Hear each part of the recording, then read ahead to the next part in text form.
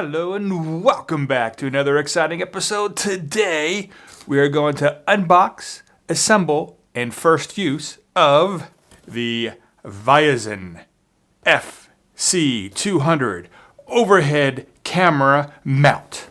Now the load capacity, it says 0 to 5 kilograms. Well, I think that's about 11 pounds. So that can take up to and including most DSLR cameras, which is what I'm going to use mine on, the Canon R10 DSLR camera. Alright, so what's in the box? Let's find out. Dun, dun, dun. We got a little letter from Viozon, Vision from your desktop. Okay. Open this puppy up. We have join our community. It gives you contact information. It also says that this has an 18-month warranty extension if you go on, I'm assuming if you register. You can experience new products, fast customer service, as well as personalized customization. Not sure exactly what that means, but there you go. And it's in multiple different languages. That's nice. It does have a YouTube channel and Instagram as well. Cool. The FC200 instruction manual. Now the cool thing about that is I was looking online about this product, and they had a lot of the FC100s, which is the older version of that. I'm doing the FC200. So I'm 100 better. So we're going to take a look at what this instruction manual says. Start at number 1.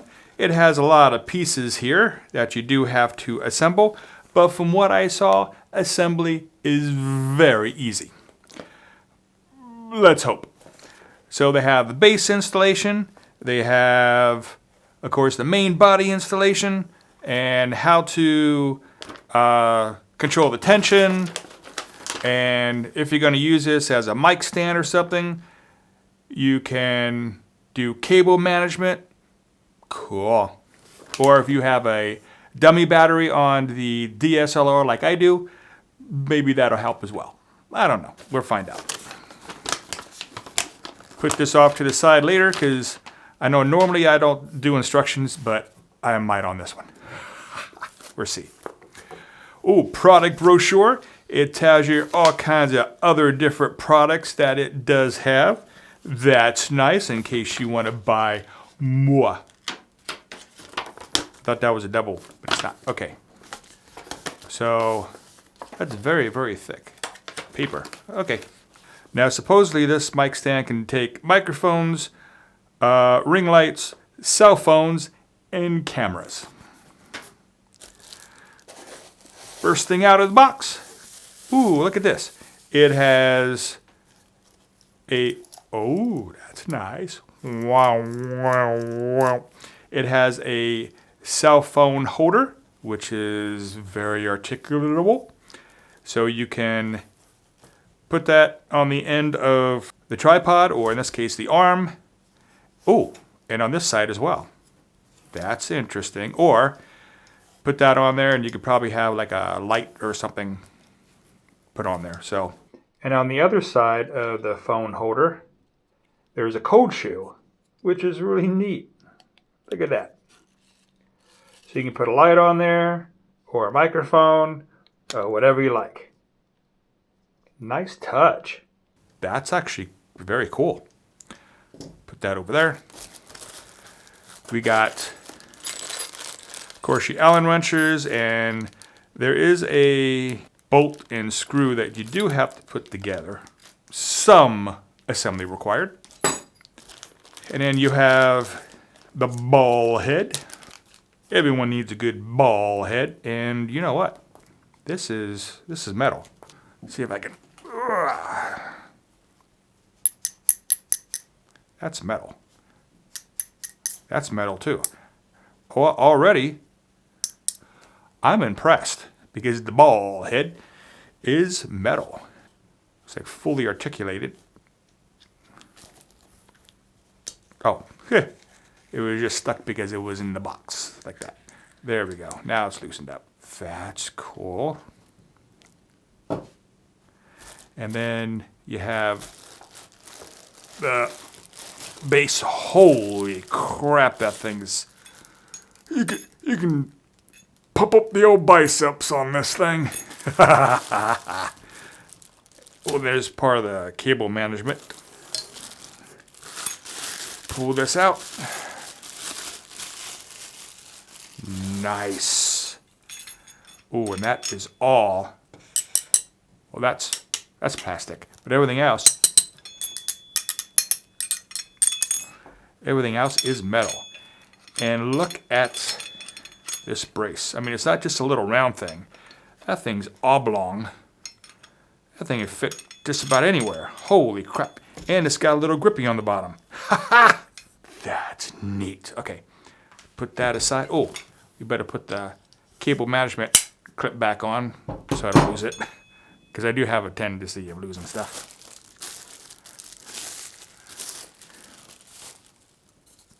This is a lot lighter. Okay, this is plastic up top here, but this is a light aluminum down here. Huh, that's interesting. Okay, I think that's the end point though. Yeah, we'll see. And then here, ooh, this is heavy too, so yeah. This must somehow go into here because these are the two heavy pieces. And then this is a very light piece, so that probably goes like right on the end. Like right in there. So that's my guess, since that's the lightest piece. But yeah, oh, more cable management pieces. Okay, cool. Okay, we'll set this aside. Now that we know all the pieces that are here. And let's assemble this thing. Put the camera on it. We'll probably have to adjust tension because it is a DSLR. So it's a little heavier than, like a cell phone or something. So my guess is the tension is probably set up for something light. So we'll have to adjust the tension. I have a feeling. Alrighty, let's get to it. Now the instructions say to put this on first, the base. Now I have a very, very wide table here. And it looks like you can put a really, really thick base on here. So, oh yeah, plenty of room. Go ahead and tighten that up. Actually, do I want it out here that far? I might want it here. Because I may have to switch this around a little bit after I'm done, but I'm just going to assemble this thing now. And then next piece, it's the piece that has the little metal on it. That just pops right on there. Oh, there it goes. Okay, so you may have to play with it a little bit, but it'll definitely go in. So there we go. And yep, I'll definitely have to move it down a little bit after we're done for something that I have planned. And that does articulate good. And we need our tools and our screws and stuff. So we will need our bolt and our nut. That's going to go right in here once we assemble the last piece, which is this one here.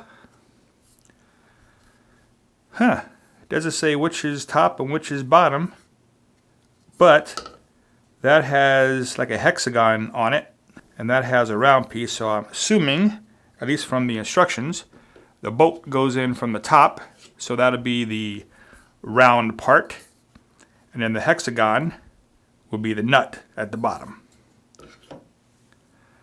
So that goes in there. Nut goes from the bottom, and you take the small Allen wrench And what I'm doing, I'm just holding on the bottom with the nut. And now that the nut is now securely inside of that hexagon shape area, there we go. And now it says press here. Oh, look at that. This stays straight when you press down there. That's good. Well, plus this end piece is plastic, so you probably don't want to put a whole lot of pressure on that anyway. Oh, that's so cool. Okay, and then what we're going to want to do is we put the ball mount on at the end, because it has this little screw mount here. Then that just screws on just like that. And then what I'm going to do is I'm going to add a quick release at the end. But before I do that, I just want to show you that you can also put on the camera mount right on the end if you need to do so. But I'm not going to use it that way, at least not yet.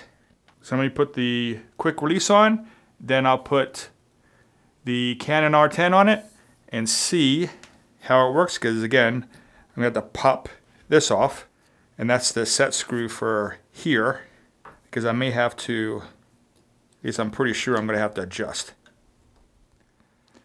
Now here's the quick release that I was talking about, and inside there you do need a spacer right in there, and this actually comes with a spacer. However, the unit here also comes with a spacer in case your quick release does not. So that was kind of neat, because the hole for the quick release is bigger than what the bolt is at the end of this camera mount unit. So you just slide that on, or I should say twist it on. And then, depending on where you want it, you can also, on the back here, let me take this off. On the back here, this can actually tighten up against whatever object you put on the end. So, if you want it to stop at a certain spot, all you need to do is take that, tighten that up, and there you go. Now in my case, does it really matter where it's at per se? And now we're set. Now we just have to put the camera on, cross the fingers and toes, and hope everything works as advertised. Let's find out.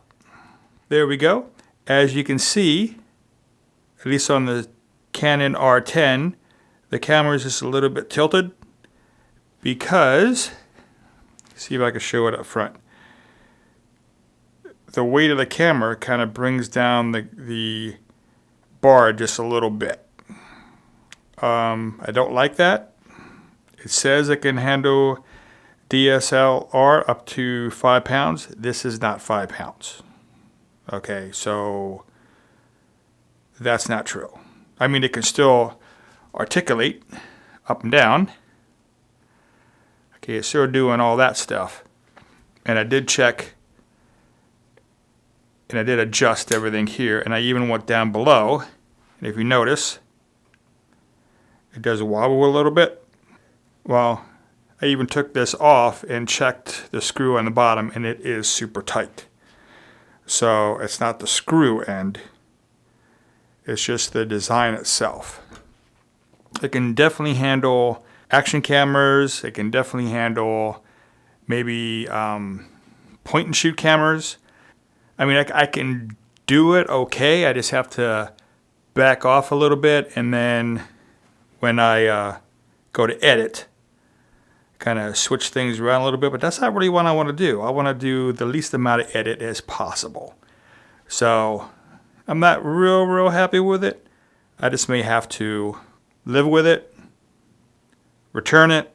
But another thing that I wanted to do with this is after I film an unboxing video or something like that, I could also lift the boom arm up, tighten that back down, and then I can swing it around, sit back behind my editing suite, and actually do live streams with the camera as well. And I don't have to move major stuff. And I can still use my dummy battery and cord. I don't have to unplug anything, which is kind of nice. Although one thing I will say is a thing I do see that would be really cool is the old over the head shots. Like a product shot, opening things up, that kind of thing. So that is cool. And then of course you'd be able to lift up and get really close.